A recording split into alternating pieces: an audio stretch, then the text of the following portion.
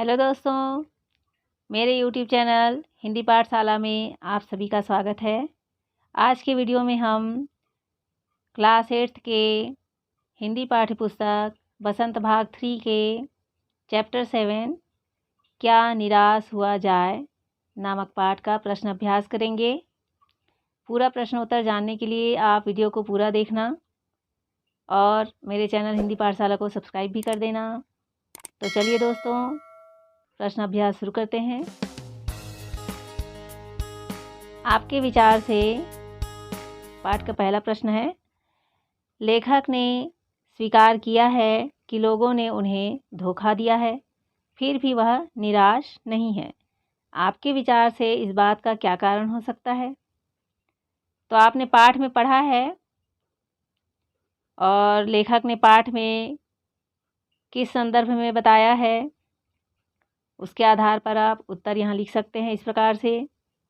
लेखक ने अपने व्यक्तिगत अनुभवों का वर्णन करते हुए कहा है कि उसने धोखा भी खाया है, परंतु बहुत कम स्थलों पर विश्वासघात नाम की चीज़ मिलती है।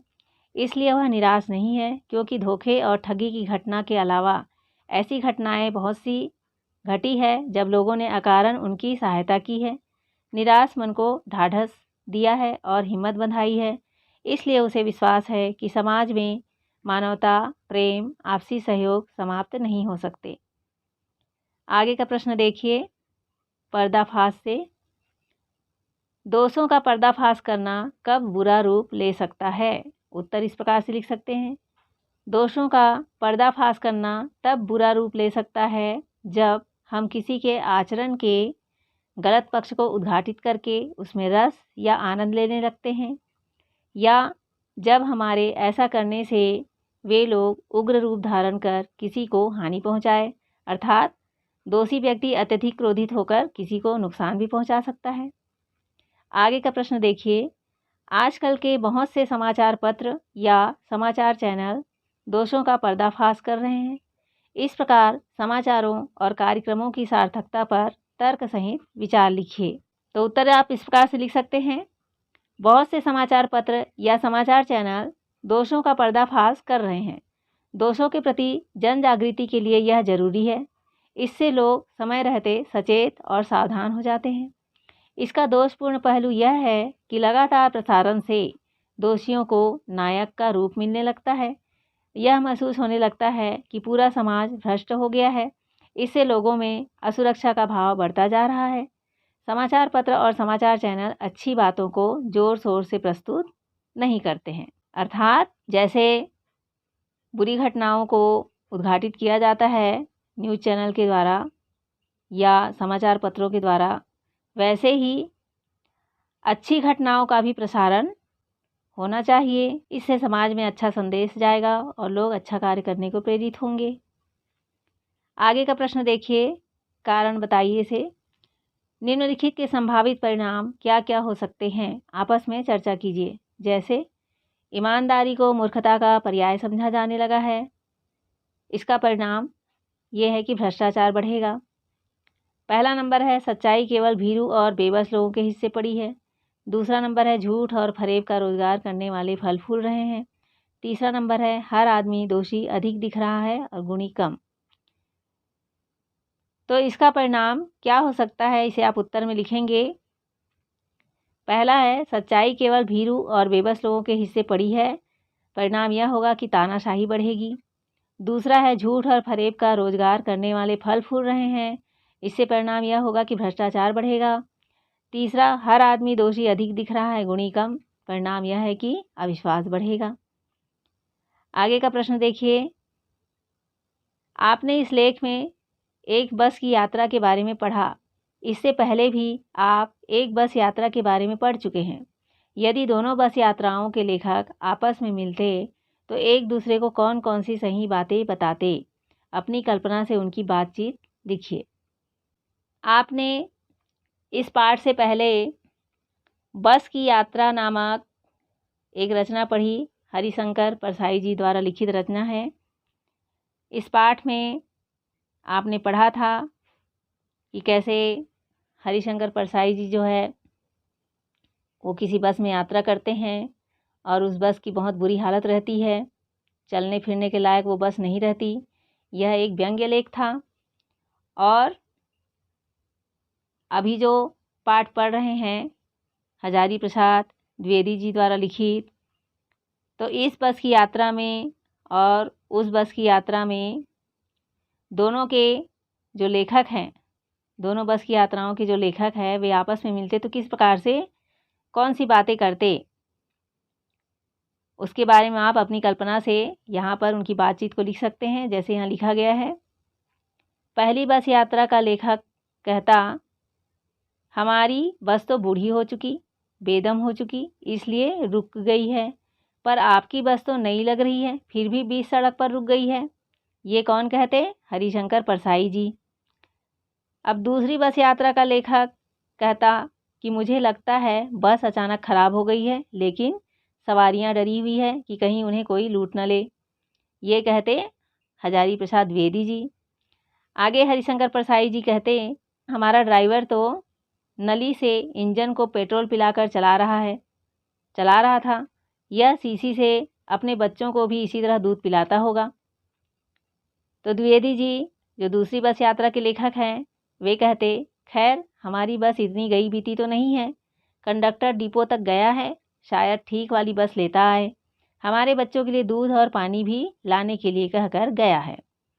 तो इस तरह से आप उन दोनों लेखकों के बीच जो वार्तालाप होती उसे आप यहाँ पर लिख सकते हैं। अगला प्रश्न है, लेखक ने लेख का शीर्षक क्या निराश हुआ जाए क्यों रखा होगा? क्या आप इससे भी बेहतर शीर्षक सुझा सकते हैं? तो यहाँ पर इस पाठ का अन्य कोई शीर्षक यदि आपके मन में होगा उसे आप यहाँ पर लिख सकते हैं। जैसे यहाँ लिखा है, लेखक ने इस लेख का शीर्षक क्या निराश हुआ जाए उचित रखा है। आजकल हम अराजकता की जो घटनाएं अपने आसपास घटते देखते रहते हैं, जिससे हमारे मन में निराशा भर जाती है, लेकिन लेखक हमें उस समय समाज के मानवीय गुणों से भरे लोगों को और उनके कार्यों को याद करने कहा है, जिससे हम निराश न हो। इसका अन्य शीर्षक हम निराशा से आशा भी रख सकते हैं या सदैव आशावान रहें, ये भी आप शीर्षक रख सकते हैं। अगला प्रश्न है, यदि क्या निराश हुआ जाए के बाद कोई विराम चिन्ह लगाने के लिए कहा जाए तो आप दिए गए चिन्हों में से कौन सा चिन्ह लगाएंगे? अपने चुनाव का कारण भी बताइए। यहाँ पर कुछ चिन्ह दिए गए हैं जिसे आप क्या निराश हुआ जाए शीर्षक के बाद लगा सकते हैं। तो कौन सा चिन्ह उचित होगा ये आप छांटिए। यहाँ पर दिया गया है पूर्ण विराम, फुल स्टॉप, संबोधन चिन्ह, प्रश्नवाचक चिन्ह, अर्धविराम, योजक चिन्ह और अल्पविराम। तो इस तरह से आप इन चिन्हों में से उचित चिन्ह आप चुनाव करके यहाँ पर लिख सकते हैं। उत्तर में लिखा हुआ है, क्या निराश हुआ जाए के बाद मैं प्रश्नवाचक चिन्ह क्या निराश हुआ जाए लगाना उचित समझता हूँ। क्यों? क्योंकि समाज में व्याप्त बुराइयों के बीच रहते हुए भी जीवन जीने के लिए सकारात्मक दृष्टि जरूरी है। इसलिए जो शीर्षक है क्या निराश हुआ जाए के बाद में आप प्रश्नवाचक चिन्ह लगा सकते हैं। इससे लेखक ये कहना चाहते हैं कि हम अपने माहौल को, अपने आसपास के वातावरण को, आज का जो समाज का जो हाल चाल है और अच्छी बुरी घटनाओं को देखकर मन में जो नकारात्मकता आती है, उन सब को देखते हुए क्या हमें भविष्य के प्रति निराश होने की आवश्यकता है? ये प्रश्न लेखक ने इस पाठ में हमसे किया है। तो यहाँ पर आप शीर्षक के पीछे प्रश्नवाचक चिन्ह लगा सकते हैं। अगला प्रश्न है, आदर्शों की बातें करना तो बहुत आसान है पर उन पर चलना बहुत कठिन है। क्या आप इस बात से सहमत हैं? तर्क सहित उत्तर दीजिए। तो इसका उत्तर आप इस प्रकार से लिख सकते हैं कि आदर्शों की बातें करना तो बहुत आसान है पर उन पर चलना बहुत कठिन है। मैं इस कथन से सहमत हूँ, क्योंकि व्यक्ति जब आदर्शों की राह पर चलता है तब उसे कई कठिनाइयों का सामना करना पड़ता है। असामाजिक तत्वों का अकेले सामना करना पड़ता है। तो जो आदर्शवादी होते हैं, सत्याचरण करने वाले लोग हैं, उनको जीवन में बहुत सारी मुसीबतों का सामना करना पड़ता है। कई बार वे अकेले भी पड़ जाते हैं, कोई साथ देने वाला नहीं मिलता, क्योंकि ये रास्ता कठिन रास्ता होता है। सत्य की राह बहुत ही कठिन होती है। इस पर चलने वाले लोग अनेक संघर्षों का सामना करते हैं, इसलिए इस राह पर चलना बहुत कठिन कहा गया है। आगे का प्रश्न देखिए, सपनों का भारत। हमारे महान मनीषियों के सपनों का भारत है और रहेगा। प्रश्न पहला है, आपके विचार से हमारे महान विद्वानों ने किस तरह के भारत के सपने देखे थे? लिखिए।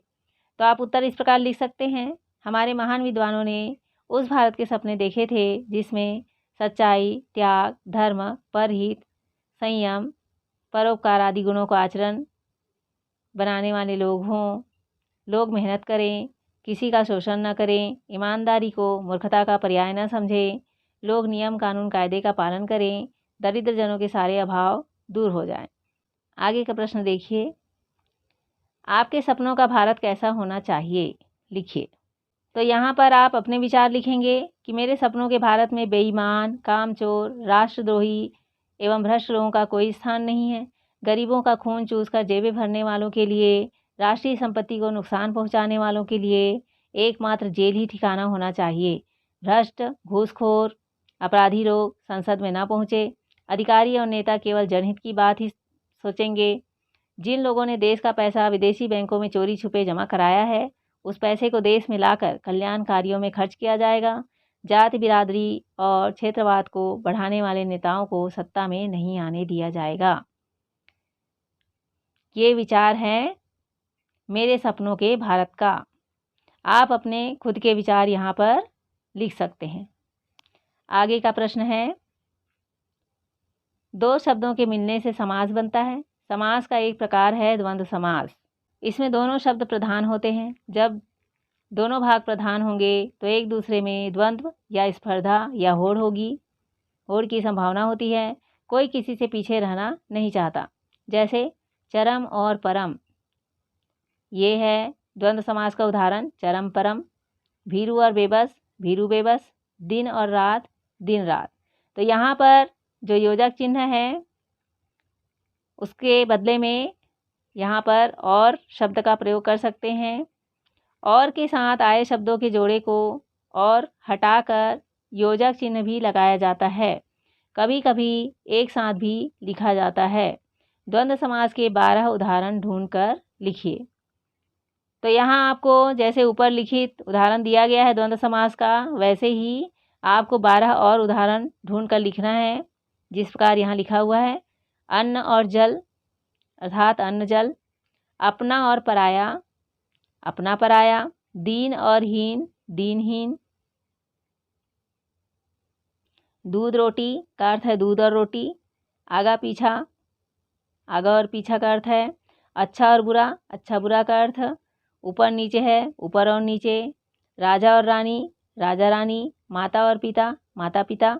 दादा और दादी, दादा दादी। दाल और रोटी, दाल रोटी। लाभ हानि का अर्थ है लाभ और हानि। जीवन मरण का अर्थ है जीवन और मरण। इस तरह से आप भी द्वंद्व समास का उदाहरण यहाँ पर लिख सकते हैं। आगे का प्रश्न देखिए, पाठ से तीनों प्रकार की संज्ञाओं के उदाहरण खोजकर लिखिए। आप संज्ञा के बारे में पूर्व के पाठ में अध्ययन कर चुके हैं। संज्ञा की परिभाषा आप जानते होंगे कि किसी व्यक्ति, वस्तु, स्थान, भाव आदि के नाम को हम संज्ञा कहते हैं। और संज्ञा के 5 प्रकार भी आपने जातिवाचक संज्ञा, भाववाचक संज्ञा, व्यक्तिवाचक संज्ञा, समूहवाचक संज्ञा, पदार्थवाचक संज्ञा, इस तरह से संज्ञा के 5 प्रकार होते हैं। तो इस पाठ में भी जो दिया गया है आपने पढ़ा है, इससे भी खोज कर आप जो संज्ञा के 3 प्रकार हैं उसके उदाहरण आप खोज कर लिखेंगे। जैसे यहाँ लिखा हुआ है, जातिवाचक संज्ञा है बस, यात्री, मनुष्य, ड्राइवर, कंडक्टर, हिंदू, मुस्लिम, आर्य, द्रविड़, पति पत्नी। ये आपके पाठ में आए हुए जातिवाचक संज्ञा के उदाहरण हैं। भाववाचक संज्ञा है ईमानदारी, सच्चाई, झूठ, चोरी, डकैती आदि। व्यक्तिवाचक संज्ञा का उदाहरण है भारतवर्ष, तिलक, गांधी, मदन मोहन मालवीय, रविंद्रनाथ ठाकुर। ये सब उदाहरण इस पाठ में आए हुए हैं। इसे आप इस प्रकार से लिख सकते हैं। तो दोस्तों, आपने अभी इस पाठ के सभी प्रश्नों के उत्तर को समझ लिया।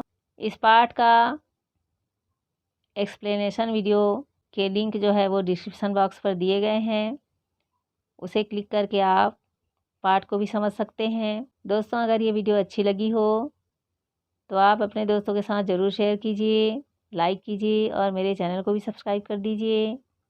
हम अगले पाठ में फिर मिलेंगे दोस्तों। Thank you.